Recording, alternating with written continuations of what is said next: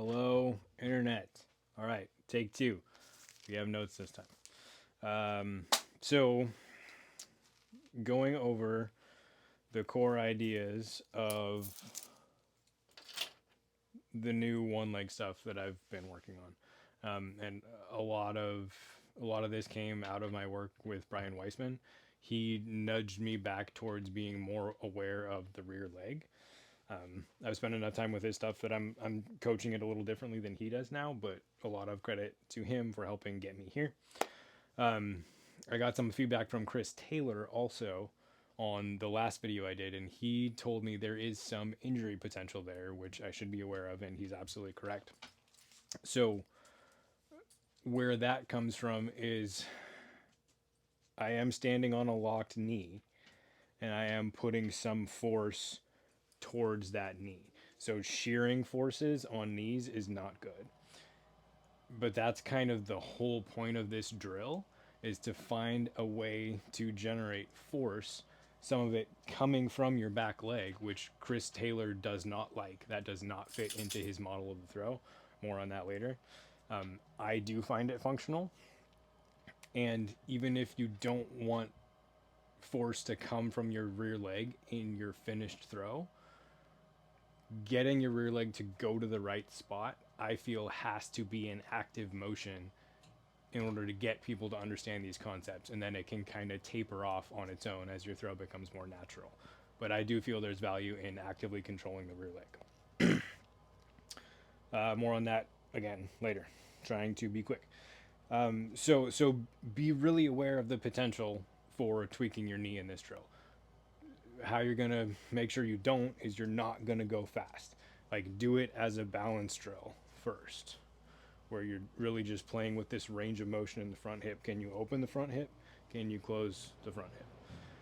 And so don't, do that to start. Make sure that your knee is safe first before you put any kind of power into it. But kind of the core idea of this is to find a way to express power without putting stress on your knee. So as long as your knee is locked and you're firmly pressing the ground away with your heel, all of the stabilizer muscles around your knee are going to be active. So that's going to make your knee safer. Also, if you find a way to have the force come out in your hip so that it goes here and doesn't do any weird stuff to your knee, that will help too. So this is kind of the purpose of this drill, is to find out how do I get a good brace and get this active Drew Gibson style front knee snap without hurting my knee. And it's hard. I spent literally 6 months going to the field several times a week and doing it completely wrong because I was afraid of hurting my knee. So I would do all kinds of things that would kind of be labeled hip escapes, right? So anytime you're like having your knee go like this or hopping, those are the big ones. What you're doing is you're getting out of the way of force instead of planting and expressing that force. Really easy to do because our brain is really good at keeping us safe and keeping us from hurting ourselves despite our best efforts to hurt ourselves. So this is an exploration of that. And in order to really get out of it, what I want people to get out of it, you have to be aware of that. You have to have a lot of that nuance, which doesn't fit into 5-minute videos, so my apologies. Okay, so on to the actual thing. The core idea of this new model of the throw is that we want the spine to be the axis of rotation, or at least be very close to the axis of rotation. Chris Taylor leveled me up on this one a little bit. Thank you, Chris. So a quick demo first. This is a 36-pound gorilla.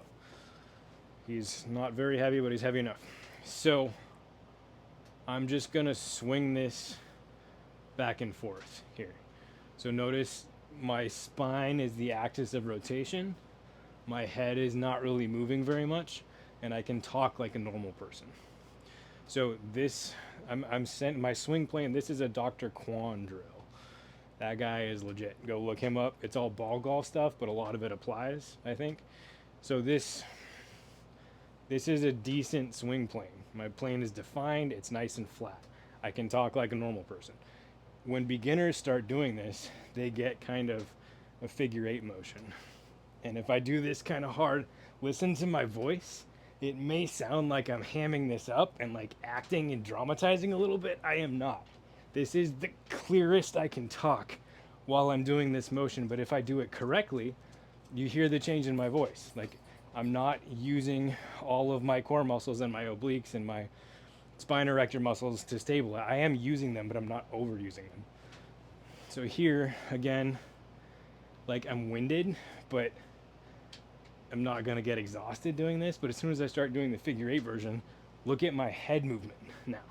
And it's a lot harder to actually talk once I like start swinging it a little bit. If I like just do a little baby figure eight, I can still kind of talk, but it like right here just gets tired really fast. I assume that's your obliques.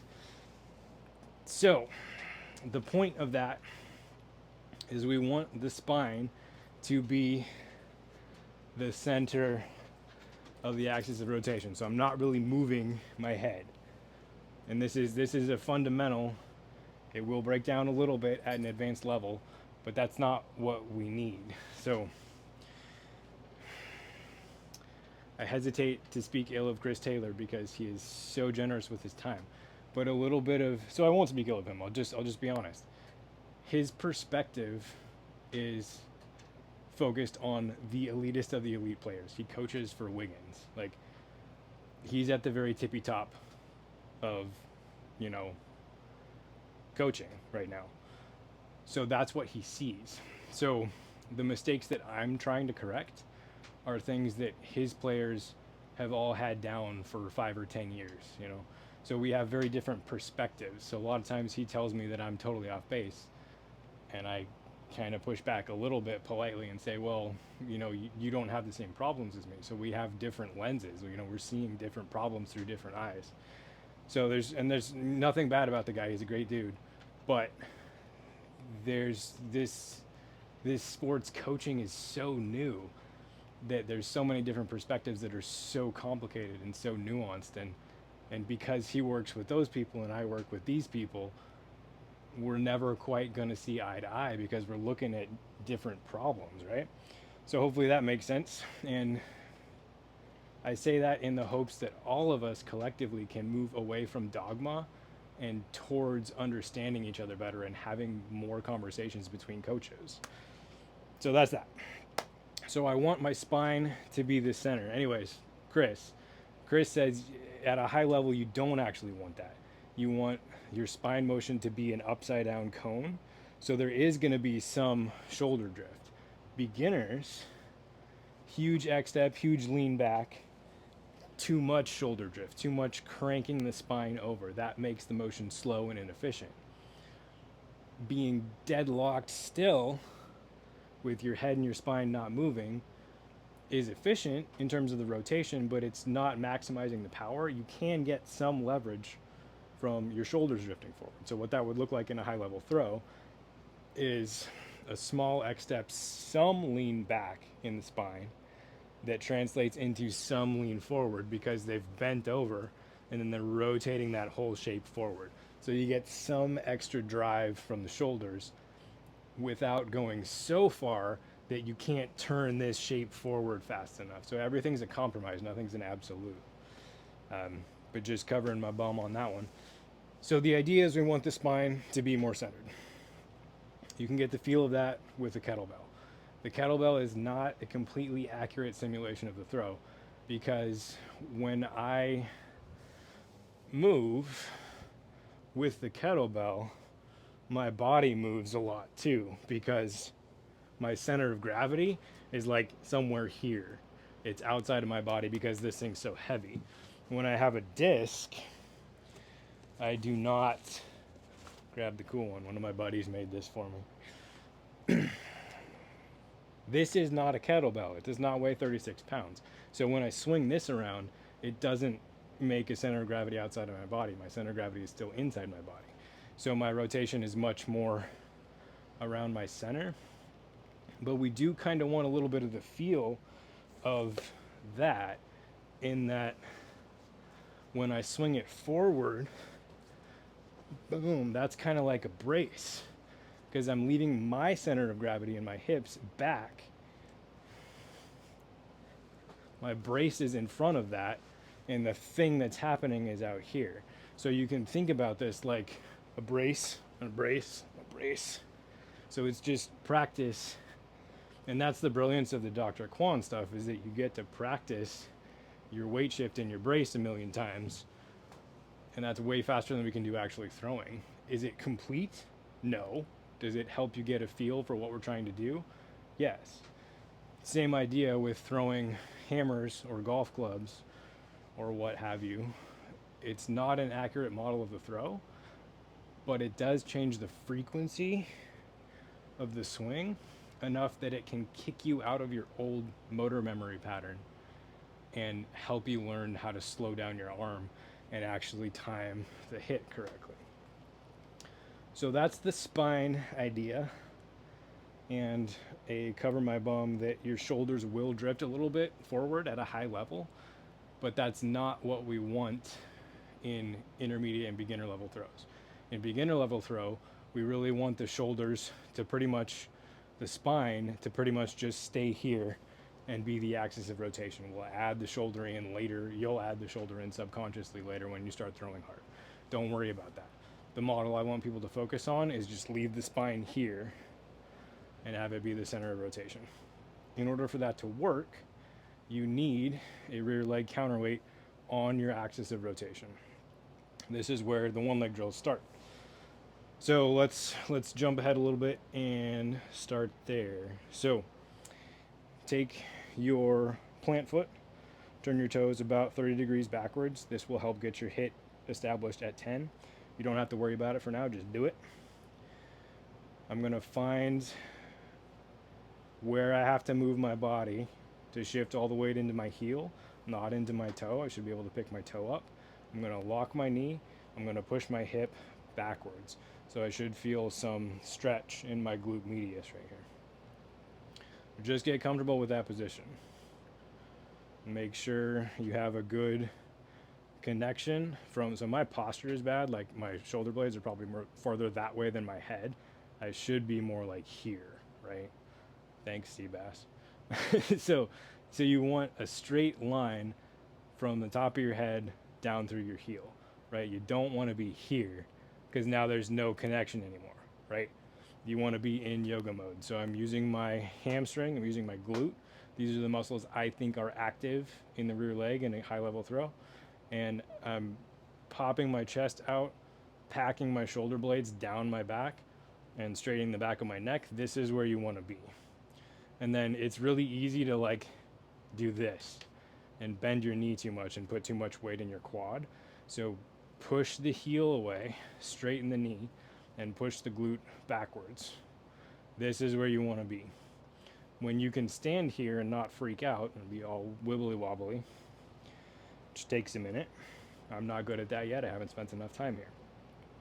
You're basically doing disc golf yoga here, which will be the name of my other YouTube channel. So just get used to standing there. And when that gets boring, and when you get good at it, start to lift the rear hip up, keeping the balance, feel how everything shifts. Keep the weight in the heel, keep the knee locked, keep the glute extending backwards. Lift the hip, and then allow the hip to lower. So again, be mindful of the potential for knee injury here. Don't slam weight towards your knee. You can gradually progress towards that, but make sure if you feel any pain, shearing force, tweaky weirdness, slow down, stop, don't do it. Find a way to do the motion slower, lower, more controlled so that you don't get that. And only when you're consistently not tweaking your knee should you progress to adding a little bit more force. So again, the feel we're looking for and checking for every time. Film this often. Look at yourself, keep yourself honest, make sure you're doing it right. Because a lot of times what I've gotten when I've showed this to folks is I say, okay, make sure you don't bend your knee. And then they go and send me a bunch of videos like that. And I'm like, that's the 30-degree knee bend. Try again. And I understand, one, body awareness is very difficult in this sport and in general. And two, our brain wants to preserve the knee. The way to keep force out of the knee is to make it mushy, right? If I go like this, the force goes into my quad and my calf, and my knee is perfectly safe.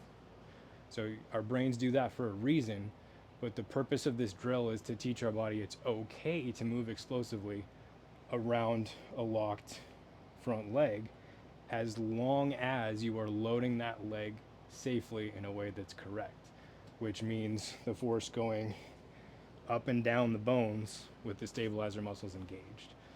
If the force is going sideways and rotational and a shearing spiral of death and going to the hospital, that's not good, right?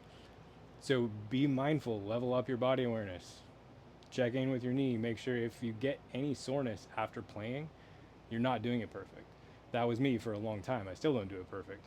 When I play a lot, I'll start wearing a knee brace just to preempt any knee pain, especially at the beginning of the season when I haven't, stressed those ligaments a lot. Okay, moving on. This is too long. What else are we doing? That's most of it, really. What else? Notes. So staying centered on your spine, making sure the rear leg is there. Yeah, let's call it there, and I'll go over more of how to add force with the rear leg to the one leg drill and how to start adding the hands in a future video. All right, good luck, internet. Be safe, be careful with your knees, and make sure you spend some time throwing on one leg. See you next time.